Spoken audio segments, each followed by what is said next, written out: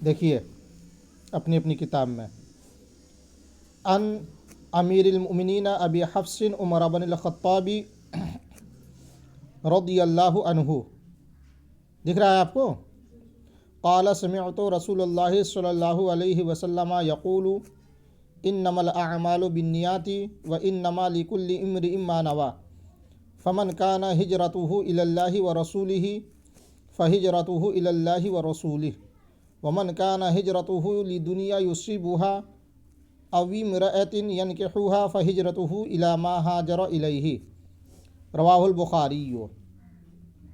اس حدیث کو امام بخاری نے 7 مقامات پر بیان کیا ہے، جن میں سے ایک یہ ہے کہ اس کو امام بخاری نے باب بدء الوحی میں ذکر کیا۔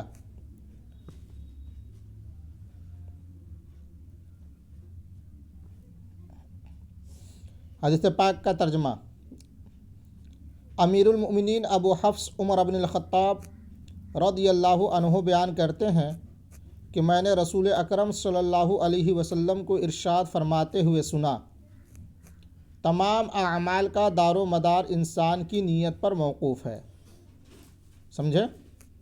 اور ہر شخص کو وہی ملے گا جس کی اس نے نیت کی ہے۔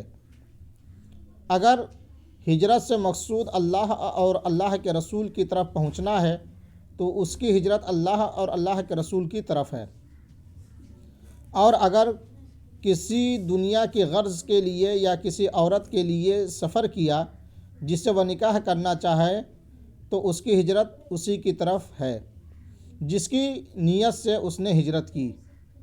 اس حدیث کو امام بخاری اور امام مسلم نے روایت کی ہے۔ تھوڑی سی تشریح، یہ حدیث دین کی ان اساسی احادیث میں سے ایک ہے جس پر اسلام کا دار و مدار ہے۔ انما الاعمال بالنیات والی حدیث ہی ہے جو وضو میں بھی ہے، وضو میں بھی کیا کرتا ہے؟ دلالت کرتا ہے۔ امام شافعی نے انما الاعمال بالنیات سے استخراج کیا کہ کیا ہے؟ نیت وضو میں شرط ہے، اور احناف کہتے ہیں کہ شرط نہیں ہے، سنت ہے۔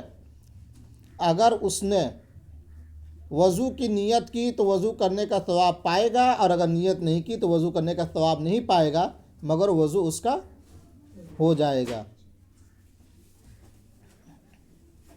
ایک شخص نے ام قیس سے شادی کرنے کے لیے مکہ مکرمہ سے مدینہ منورہ کی طرف ہجرت کی تھی۔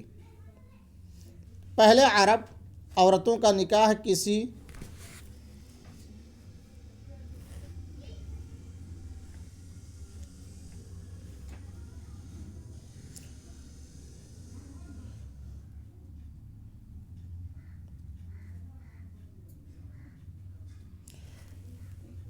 مولا سے نہیں ہو سکتا تھا، کفو ضروری تھا۔ باندی ہوتی تھی تو باندی اپنے آقا سے نکاح نہیں کر سکتی تھی، لیکن اسلام نے اس تفریق کو ختم کر دیا۔ یہ مہاجر ایک مولا تھے اور ام قیس ایک عربی خاتون تھیں۔ یہ واقعہ ہجرت کے بعد کا ہے، جبکہ رسول اللہ صلی اللہ علیہ وسلم مدینہ تشریف لائے اور صحابہ کرام نے دیکھا یہ جو واقعہ پیش آیا تو حضور صلی اللہ علیہ وسلم ممبر پر بیٹھ گئے اور فرمایا، اے لوگوں، اس کے بعد یہ حدیث کے الفاظ فرمائے۔ ممبر شریف پہ تشریف لائے، اس کے بعد جو ابھی آپ نے احادیث میں الفاظ پڑھا اس کو رسول پاک علیہ السلام نے بیان فرمایا، اور دعا فرمائی کہ اے اللہ ہم سے اس وبا کو ختم کر دے۔ چونکہ اس مہاجر شخص کی نیت صرف شادی کرنی تھی، اس لیے عبداللہ ابن مسعود رضی اللہ تعالیٰ عنہ فرماتے ہیں کہ ہم اس شخص کو مہاجر ام قیس کہا کرتے تھے۔ کیا کہتے تھے؟ مہاجر ام قیس۔